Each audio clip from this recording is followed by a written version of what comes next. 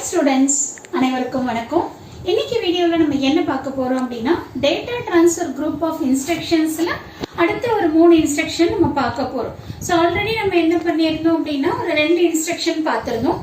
So இன்னைக்கு நம்ம என்ன பண்ணலாம் அப்படின்னா ஒரு 3 இன்ஸ்ட்ரக்ஷன் பார்க்கலாம். ஆல்ரெடி நம்ம என்ன பார்த்தோம் அப்படிங்கறது ஒரு மாதிரி ரீகலெக்ட் பண்ணிக்கலாமா? ஸோ ஃபர்ஸ்ட் இன்ஸ்ட்ரக்ஷன் நம்ம என்ன பார்த்தோம் அப்படின்னு சொன்னீங்கன்னா மூவ் RD, RS பார்த்தோம். கரெக்டா? சோர்ஸ் ரெஜிஸ்டர்ல இருந்து டெஸ்டினேஷன் ரெஜிஸ்டருக்கு எத்தனை இன்ஸ்ட்ரக்ஷன்ஸ் இருக்கு அப்படிங்கறத நம்ம பார்த்தோம். கரெக்டா? அடுத்து நம்ம என்ன பார்த்தோம் அப்படின்னு சொன்னீங்கன்னா மூவ் நம்ம ஆல்ரெடி பார்த்தது RD, M பார்த்தோம். கரெக்டா? மெமரியில இருந்து டெஸ்டினேஷனுக்கு மூவ் பண்ற மாதிரி நம்ம பார்த்தோம். ஓகேவா? சோ இது ஆல்ரெடி நம்ம கம்ப்ளீட் பண்ண இன்ஸ்ட்ரக்ஷன்ஸ். இன்னைக்கு என்னென்ன இன்ஸ்ட்ரக்ஷன்ஸ் பார்க்க போறோம் அப்படின்னு சொன்னீங்கன்னா மூவ் M, RS. இப்ப இந்த இதை ஞாபகம் வச்சுக்கோங்களேன்.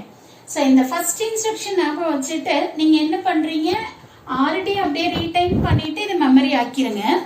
அடுத்தது பாத்தீங்கன்னா இதை மெமரி ஆக்கிட்டு இதை அப்படியே ரீடைன் பண்றீங்க. சோ இந்த இதை ஞாபகம் வச்சுக்கினா அதுல அப்படியே ரீப்ளேஸ் பண்ணிக்கலாம். சோ இன்னைக்கு நம்ம பார்க்க போறது மூவ் M, RS. RSங்கிறது என்ன, உங்களுக்கு சோர்ஸ் ரெஜிஸ்டர். அப்போ இந்த மாடல்ல எவ்வளவு இன்ஸ்ட்ரக்ஷன்ஸ் இருக்கும் அப்படின்னு சொல்லி பாத்தீங்கன்னா 7 இன்ஸ்ட்ரக்ஷன்ஸ் இருக்கும். அது என்னென்ன இன்ஸ்ட்ரக்ஷன்ஸ் அப்படின்னு பாத்தீங்கன்னா மூவ் M, அக்யூமுலேட்டர்ல இருந்து ஸ்டார்ட் பண்ணிக்கோங்க. அக்யூமுலேட்டர்ங்கிறது ஸ்பெஷல் பர்பஸ் ரெஜிஸ்டர், அதுல ஸ்டார்ட் பண்ணிக்கோங்க. இதுக்கப்புறம் நம்ம என்ன எடுத்துக்கணும், ஜெனரல் பர்பஸ் ரெஜிஸ்டர்ஸ் எல்லாத்தையும் எடுத்துக்கணும். சோ ஜெனரல் பர்பஸ் ரெஜிஸ்டர்ஸ் என்னென்ன இருக்கு, மூவ் B, அடுத்து move M, C, move M, D, move M, E, அடுத்தது மூவ் M, H, அடுத்தது மூவ் M, L. சோ இப்ப எத்தனை இருக்கு பாருங்க, 2, 4, 6, 7. அப்ப டோட்டலா நமக்கு எத்தனை இன்ஸ்ட்ரக்ஷன்ஸ் இருக்கும் அப்படின்னு சொல்லி பாத்தீங்கன்னா 7 இன்ஸ்ட்ரக்ஷன்ஸ் இருக்கும் இந்த மாடல்ல. ஓகேவா? இப்போ இந்த இன்ஸ்ட்ரக்ஷன்ல இருந்து பிஃபோர் எக்ஸிகியூஷன், ஆஃப்டர் எக்ஸிகியூஷன் என்ன வரும் அப்படிங்கறத நம்ம பார்க்கலாம். சோ இந்த இன்ஸ்ட்ரக்ஷன்ஸ்ல இருந்து நீங்க என்ன இன்ஸ்ட்ரக்ஷன் வேணாலும் எடுத்துக்கலாம், ஒண்ணுமே பிரச்சனை இல்லை.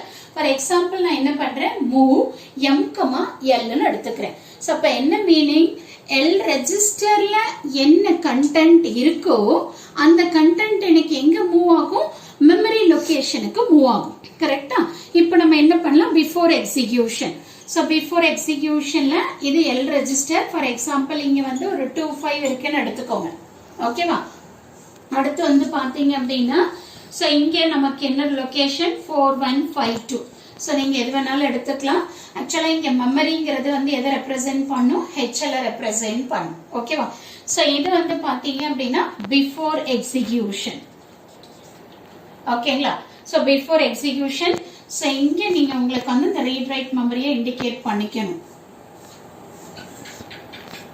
சோ இது 4151, 4152, 4153. சோ இது அப்படியே போய்கிட்டே இருக்கும். இப்போ இங்க எனக்கு என்ன இருக்கும், எந்த ஒரு வேல்யூமே இருக்காது. சோ இல்ல ஆல்ரெடி வேற ஏதோ வேல்யூ இருக்கலாம். ஓகேவா? சோ xxங்கிறது பாத்தீங்கன்னா வேற ஏதோ வேல்யூ இருக்குன்னு அர்த்தம். ஓகே, இது பிஃபோர் எக்ஸிகியூஷன். இப்போ ஆஃப்டர் எக்ஸிகியூஷன் என்ன வரும் அப்படிங்கறத நம்ம பார்க்கணும். சோ ஆஃப்டர் எக்ஸிகியூஷன், சோ இங்க 25 அப்படியே இருக்கும் L ரெஜிஸ்டர்ல.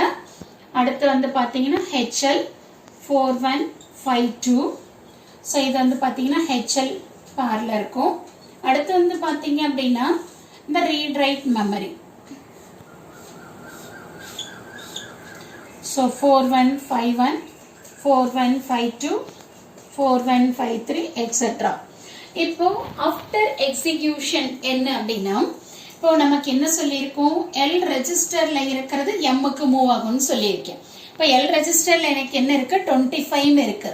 இப்போ Mங்கிறது HL பார், அது எந்த லொகேஷனை இண்டிகேட் பண்ணுது, 4152 இண்டிகேட் பண்ணுது. சோ அப்ப என்ன ஆகும் அப்படின்னா இந்த 4152க்கு இங்க போகும். அங்க போயிட்டு இந்த Lல என்ன வேல்யூ இருக்கோ அது இங்க கொண்டு போயிட்டு மூவ் பண்ணி வச்சிரும். அப்ப இங்க என்ன இருக்கும் அப்படின்னா 25ன்னு இருக்கும். நம்ம என்ன லொகேஷன் சொல்றோமோ அந்த லொகேஷனுக்கு எல் ரெஜிஸ்டர்ல இருக்கிற கண்டென்ட் மூவ் ஆயிரும். அவ்வளவுதான். இங்க எல்னு எடுத்திருக்கோம், பட் நீங்க எந்த இன்ஸ்ட்ரக்ஷன் வேணாலும் எடுத்துக்கலாம். ஜெனரல் பர்பஸ் ரெஜிஸ்டரும் எடுத்துக்கலாம், இல்ல ஸ்பெஷல் ரெஜிஸ்டரும் எடுத்துக்கலாம். அந்த ரெஜிஸ்டர்ல இருக்கிற வேல்யூ இல்ல கண்டென்ட் என்ன ஆகும் அப்படின்னா மெமரிக்கு மூவ் ஆகும். அவ்வளவுதான். ஓகேங்களா? சோ இதுல வந்து டோட்டலா 7 இன்ஸ்ட்ரக்ஷன்ஸ் இருக்கும்.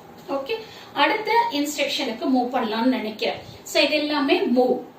சோ மூவ் வந்து register to register, memory to register, then register to memory. இந்த 3 மாடலும் பார்த்துட்டோம். இந்த 3 மாடல்லையும் எவ்வளவு இன்ஸ்ட்ரக்ஷன்ஸ் இருக்கும் அப்படிங்கறத நம்ம பார்த்துட்டோம். ஓகேவா? அடுத்து நான் என்ன பண்றேன் அப்படின்னு சொன்னீங்கன்னா MVI. So MVI R, 8-bit data.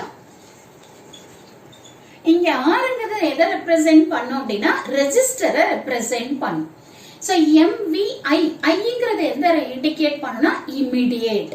அப்போ நம்ம இங்க என்ன 8-bit டேட்டா கொடுக்கறோமோ அந்த டேட்டா வந்து என்ன ஆகும், இமிடியேட்டா இங்க என்ன ரெஜிஸ்டரை நம்ம மென்ஷன் பண்றோமோ அந்த ரெஜிஸ்டருக்கு மூவ் ஆயிடும். இது வந்து இமிடியேட். ஓகேவா? இப்போ இங்க ஆறுங்கிறது ரெஜிஸ்டர். இங்கேயும் நமக்கு வந்து எத்தனை இன்ஸ்ட்ரக்ஷன்ஸ் வரும், 7 இன்ஸ்ட்ரக்ஷன்ஸ் வரும். ஏன்னா அக்யூமுலேட்டர்ங்கிறது ஒரு ரெஜிஸ்டர், ஜெனரல் பர்பஸ்ல 6 ரெஜிஸ்டர் இருக்கு. அப்ப டோட்டலா எத்தனை வரும், 7. அப்ப இந்த மாடல்லையும் எத்தனை இன்ஸ்ட்ரக்ஷன்ஸ் இருக்கும் அப்படின்னா 7 இன்ஸ்ட்ரக்ஷன்ஸ் இருக்கும். அப்ப என்னென்ன இன்ஸ்ட்ரக்ஷன் வரும் பாருங்க. MVI ஆறுங்கிற இடத்துல A, 8-bit டேட்டா நீங்க எது வேணாலும் எடுத்துக்கலாம். ஃபார் எக்ஸாம்பிள் நான் 05 எடுத்துக்கிறேன். ஓகேவா? சோ அதே மாதிரி அடுத்தது MVI B, 05. So MVI 8-bit data நீங்க எது வேணாலும் எடுத்துக்கலாம், ஒன்னும் பிரச்சனை இல்ல. சோ நான் வந்து எடுத்திருக்கிறது வந்து பாத்தீங்கன்னா 05 எடுத்திருக்கேன். அவ்வளவுதான்.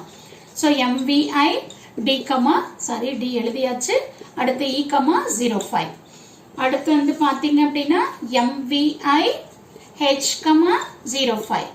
அடுத்து MVI L, 05. சோ பாருங்க, A register, BC, DE, HL. அப்ப டோட்டலா நமக்கு எத்தனை இன்ஸ்ட்ரக்ஷன்ஸ் இருக்கு அப்படின்னா 7 இன்ஸ்ட்ரக்ஷன்ஸ் இருக்கு.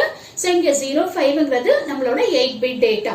அப்ப அந்த 8-bit டேட்டா இமிடியேட்டா நம்ம என்ன ரெஜிஸ்டர் கொடுத்திருக்கோமோ அந்த ரெஜிஸ்டருக்கு இமிடியேட்டா மூவ் ஆயிடும். சோ இது ஒரு இன்ஸ்ட்ரக்ஷன். ஓகேங்களா? இப்ப அடுத்து வந்து பாத்தீங்க அப்படின்னா இன்னொரு இன்ஸ்ட்ரக்ஷன். அந்த இன்ஸ்ட்ரக்ஷன் நம்ம எப்படி எழுதிக்கலாம் அப்படின்னா MVI M, 8-bit data. MVI M, 8-bit data. Already நம்ம என்ன பார்த்தோம், ஒரு ரெஜிஸ்டரை பார்த்தோம். இப்போ இங்க என்ன பார்க்கிறோம், மெமரி. அப்போ இந்த 8-bit டேட்டாவை நம்ம என்ன பண்றோம் அப்படின்னா இமிடியேட்டா மெமரிக்கு வந்து மூவ் பண்றோம். அவ்வளவுதான். இதுல எத்தனை மாடல் ஆஃப் இன்ஸ்ட்ரக்ஷன்ஸ் இருக்கும், இல்ல எத்தனை டைப் ஆஃப் இன்ஸ்ட்ரக்ஷன்ஸ் இருக்கும் அப்படின்னு சொல்லி பாத்தீங்கன்னா ஒரே ஒரு இன்ஸ்ட்ரக்ஷன் தான். 8-bit டேட்டா நம்ம என்ன கொடுக்கறோமோ அந்த டேட்டா இமிடியேட்டா நம்ம மெமரி லொகேஷனுக்கு மூவ் ஆயிடும். அப்ப மெமரிங்கிறது இங்க என்ன ரெப்ரசென்ட் பண்ணா HL ரெஜிஸ்டர் பேரை ரெப்ரசென்ட் பண்ணும். அப்ப HL என்ன இண்டிகேட் பண்ணுதோ அந்த லொகேஷனுக்கு நம்மளோட 8-bit டேட்டா மூவ் ஆயிடும். இப்ப பாருங்க, சோ இன்னைக்கு நம்ம என்ன பண்ணிருக்கோம் அப்படின்னா மூவ் M, RS அந்த இன்ஸ்ட்ரக்ஷன் பார்த்திருக்கோம். அடுத்தது MVI R, 8-bit டேட்டா பார்த்தோம். அடுத்தது MVI M, 8-bit டேட்டா பார்த்திருக்கோம். அப்ப இன்னைக்கு வீடியோல டோட்டலா நம்ம 3 இன்ஸ்ட்ரக்ஷன்ஸ் பார்த்துட்டோம். ஓகேவா? சோ ஆல்ரெடி 2 இன்ஸ்ட்ரக்ஷன் பார்த்திருக்கோம். இப்போ வந்து 3 இன்ஸ்ட்ரக்ஷன். சோ டோட்டலா நம்ம 5 இன்ஸ்ட்ரக்ஷன்ஸ் வந்து கம்ப்ளீட் பண்ணியிருக்கோம் இந்த data transfer group of instructions. So நீங்க ஒரு ரஃப் பேப்பர் எடுத்து வச்சுட்டு நீங்க ஒரு முறை எழுதி பாருங்க, பிராக்டிஸ் பண்ணி பாருங்க. சோ கண்டிப்பா உங்களுக்கு வந்து அது அப்படியே ஞாபகம் வந்துகிட்டே இருக்கும்.